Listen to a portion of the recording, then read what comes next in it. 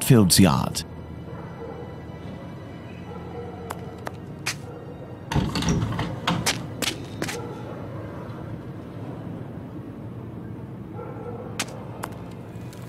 Your interrogation of P.C. Smith has proven to be very shrewd and of great interest. Thanks to the information I've managed to gather and that you were able to read in my notes in Baker Street, Watson, we can recreate what happened that fateful night at this location, Dutfield's Yards to be precise, the site of Liz Stride's murder.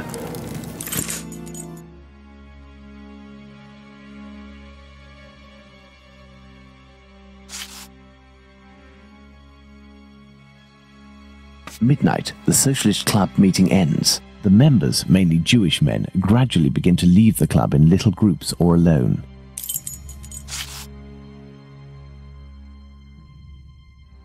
At 12:20 a.m., the American leaves the Socialists Club for some fresh air. The street is deserted.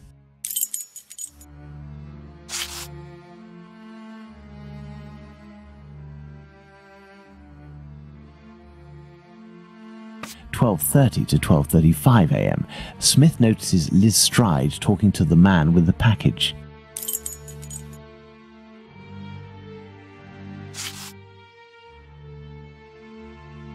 At 12:40 a.m., Eagle, the president of the club, enters the workers' club via the passageway through Dutfield's yard. He passed through Dutfield's yard. If Liz Stride had already been killed, he would have had to walk over her. The murder, therefore, had not yet happened. 12:43 a.m., Israel Schwartz passes by Dutfield's yard and witnesses the attack on Liz Stride.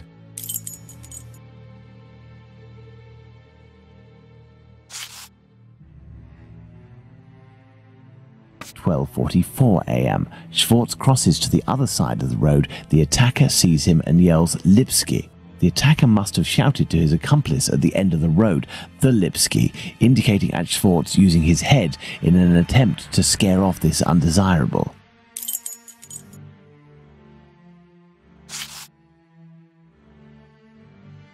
At 12:45 a.m., Schwartz runs away, followed for a short distance by this man.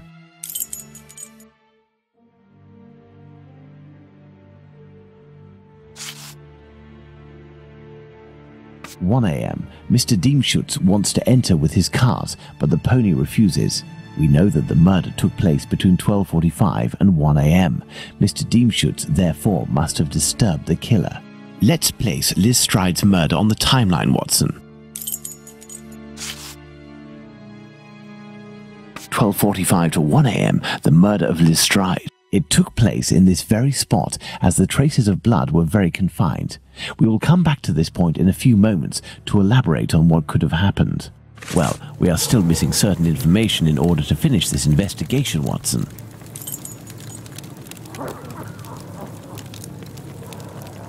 Watson, imagine the victim laid down there on the ground.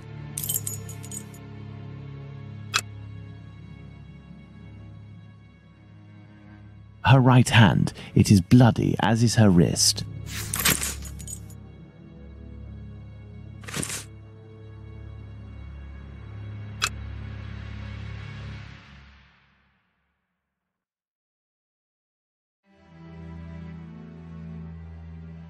The throat, there is but one clean cut, slightly slanted downwards. The ground is muddy.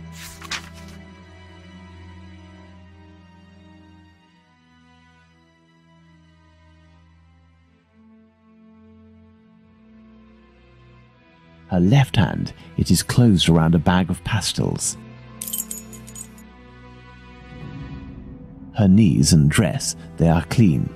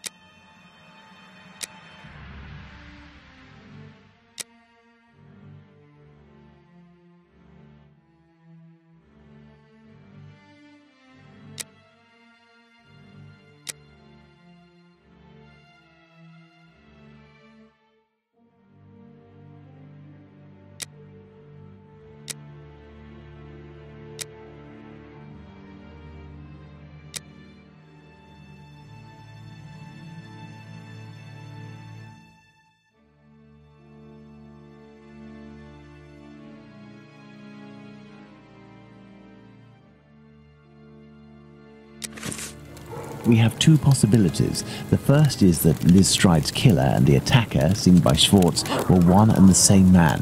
The second is that Liz Stride meets a client. After some discussion, they head towards Dutfield's yard to do their business. As soon as they arrive, the attacker appears while his accomplice keeps watch. Schwartz's arrival dissuades the two men from lingering. They leave the area and leave Liz Stride in a tense state, but glad to have kept her client. He will be her murderer. Both hypotheses are possible, but an incongruous detail will serve to corroborate one of them. An incongruous detail that we were able to establish regarding the Hanbury Street murder. Which one would that be, Watson? Look at the victim carefully, Watson, and tell me the link between the murder of Liz Stride and those of Nichols and Chapman.